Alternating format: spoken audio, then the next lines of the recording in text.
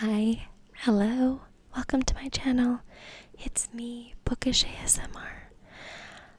I hope that you're having a lovely morning, night, or whatever time it happens to be. Tonight we're going to continue reading Pride and Prejudice. We are on chapter 9. If you've missed the previous chapters, I will link the playlist in the description. And without more ado, let's get into chapter 9.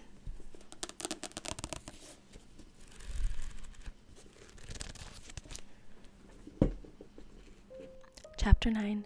Elizabeth passed the chief of the night in her sister's room, and in the morning had the pleasure of being able to send a tolerable answer to the inquiries which she very early received from Mr. Bingley by a housemaid, and some time afterwards from the two elegant ladies who waited on his sisters.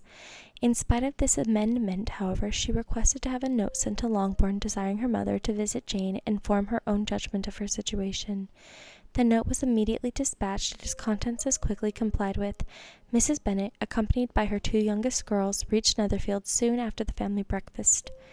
Had she found Jane in any apparent danger, Mrs. Bennet would have been very miserable, but being satisfied on seeing her that her illness was not alarming, she had no wish of her recovering immediately, as her restoration to health would probably remove her from Netherfield. She would not listen, therefore, to her daughter's proposal of being carried home, neither did the apothecary, who arrived about the same time, think it at all advisable. After sitting a little while with Jane on Miss Bingley's appearance and invitation, the mother and three daughters all attended her into the breakfast parlour. Bingley met them with hopes that Mrs. Bennet had not found Miss Bennet worse than she expected. "Indeed I have, sir," was her answer. "She is a great deal too ill to be moved. Mr. Jones says we must not think of moving her. We must trespass a little longer on your kindness." "Removed!" cried Bingley. It must not be thought of. My sister, I'm sure, will not hear of her removal." "You may depend upon it, madam," said Miss Bingley, with cold civility, "that Miss Bennet shall receive every possible attention while she remains with us." Mrs. Bennet was profuse in her acknowledgments. "I'm sure," she added, "if it were not for such good friends, I do not know what would become of her, for she is very ill indeed, and suffers a great deal, though with the greatest patience in the world, which is always the way with her, for she has without exception the sweetest temper I ever met with. I often tell my other girls they are nothing to her. You have a sweet room here, Mr. Bingley, and a charming prospect over that gravel walk. I do not know a place in the country that is equal to Netherfield. You will not think of quitting it in a hurry, I hope, though you have but a short lease." "Whatever I do is done in a hurry," he replied, "and therefore, if I should resolve to quit Netherfield, I should probably be off in 5 minutes. At present, however, I consider myself as quite fixed here." "That is exactly what I should have supposed of you," said Elizabeth. "You begin to comprehend me, do you?" he cried, turning towards her. "Oh, yes, I understand you perfectly." "I wish I might take this for a compliment, but to be so easily seen through, I am afraid, is pitiful." "That is as it happens. It does not necessarily follow that a deep, intricate character is more or less estimable than one as yours." "Lizzie," cried her mother, "remember where you are, and do not run on in the wild manner that you were suffered to do at home." "I did not know before," continued Bingley immediately, "that you were a studier of characters. It must be an amusing study." "Yes, but intricate characters are the most amusing. They have at least that advantage." "In the country," said Darcy, "can in general supply but few subjects for such a study. In a country neighbourhood you move in a very confined and unvarying society." "But people themselves alter so much that there is something new to be observed in them forever." "Yes, indeed," cried Mrs. Bennet, offended by his manner of mentioning a country neighbourhood. "I assure you there is quite as much of that going on in the country as in town." Everybody was surprised, and Mr. Darcy, after looking at her for a moment, turned away silently. Mrs. Bennet, who fancied she had gained a complete victory over him, continued her triumph. "I cannot see that London has any great advantage over the country for my part, except the shops and public places. The country is a great deal pleasanter, is it not, Mr. Bingley?" "When I am in the country," he replied, "I never wish to leave it, and when I am town it is pretty much the same.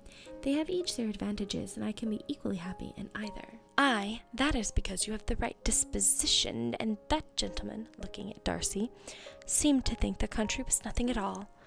"Indeed, mamma, you are mistaken," said Elizabeth, blushing for her mother. "You quite mistook Mr. Darcy. He only meant that there were not such a variety of people to be met with there in the country as in town, which you must acknowledge to be true." "Certainly, my dear. Nobody said there were, but as to not meeting with many people in the neighborhood, I believe there are few neighborhoods larger. I know we dine with 24 families." Nothing but concern for Elizabeth could enable Bingley to keep his countenance. His sister was less delicate, and directed her eye towards Mr. Darcy with a very expressive smile. Elizabeth, for the sake of saying something that might turn her mother's thoughts, now asked her if Charlotte Lucas had been at Longbourn since her coming away. "Yes, she called yesterday with her father. What an agreeable man Sir William is! Mr. Bingley, is he not? So much the man of fashion, so genteel and so easy. He always has something to say to everybody. That is my idea of good breeding. And those persons who fancy themselves so very important and never open their mouths quite mistake the point. Did Charlotte dine with you?" "No, she would go home. I fancy she was wanted about the mince pies. For my part, Mr. Bingley, I always keep servants that can do their own work. My daughters are brought up differently, but everybody is to judge for themselves, and the Lucases are very good sort of girls, I assure you. It is a pity they are not handsome. Not that I think Charlotte is so very plain, but then she is our particular friend." "She seems a very pleasant young woman," said Bingley. Oh dear, yes, but you must own she is very plain. Lady Lucas herself has often said so, and envied me Jane's beauty. I do not like to boast of my own child, but to be sure, Jane, one does not often see anybody better looking. It is what everybody says. I do not trust my own partiality. When she was only 15, there was a gentleman at my brother Gardiner's in town, so much in love with her, that my sister-in-law was sure he would make her an offer before we came away. But, however, he did not. Perhaps he thought her too young. However, he wrote some verses on her, and very pretty they were." "And so ended his affection," said Elizabeth impatiently. "There has been many a one, I fancy, overcome in the same way. I wonder who first discovered the efficacy of poetry in driving away love." "I have often been used to consider poetry as the food of love," said Darcy. "Of a fine, stout, healthy love, it may. Everything nourishes what is strong already, but if it be only a slight, thin sort of inclination, I am convinced that one good sonnet will starve it entirely away." Darcy only smiled, and the general pause which ensued made Elizabeth tremble lest her mother should be exposing herself again. She longed to speak, but could think of nothing to say. And after a short silence, Mrs. Bennet began repeating her thanks to Mr. Bingley for his kindness to Jane, with an apology for troubling him also with Lizzie. Mr. Bingley was unaffectedly civil in his answer, and forced his younger sister to be civil also, and say what the occasion required. She performed her part indeed without much graciousness, but Mrs. Bennet was satisfied, and soon afterwards ordered her carriage. Upon this signal, the younger of her daughters put herself forward. The two girls had been whispering to each other during the whole visit, and the result of it was that the youngest should tax Mr. Bingley with having promised on his first coming into the country to give a ball at Netherfield. Lydia was a stout, well-grown girl of 15, with a fine complexion and good-humoured countenance, a favourite with her mother, whose affection had brought her into public at an early age. She had high animal spirits, and a sort of natural self-consequence, which the attentions of the officers, to whom her uncle's good dinners and her own easy manners recommended her, had increased into assurance. She was very equal, therefore, to address Mr. Bingley on the subject of the ball, and abruptly reminded him of his promise, adding that it would be the most shameful thing in the world if he did not keep it.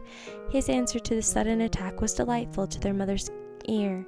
"I am perfectly ready, I assure you, to keep my engagement. When your sister is recovered, you shall, if you please, name the very day of the ball, but you would not wish to be dancing while she was ill." Lydia declared herself satisfied. "Oh yes, it would be much better to wait till Jane was well, and by that time most likely Captain Carter will be back at Meryton again, and when you have given your ball," she added, "I shall insist on their giving one also. I shall tell Colonel Forster it will be quite a shame if he does not." Mrs. Bennet and her daughters then departed, and Elizabeth returned instantly to Jane, leaving her own and her relations' behaviour to the remarks of the two ladies and Mr. Darcy, the latter of whom, however, could not be prevailed on to join in the censure of her, in spite of all Miss Bingley's witticisms on fine eyes. That's it for chapter 9.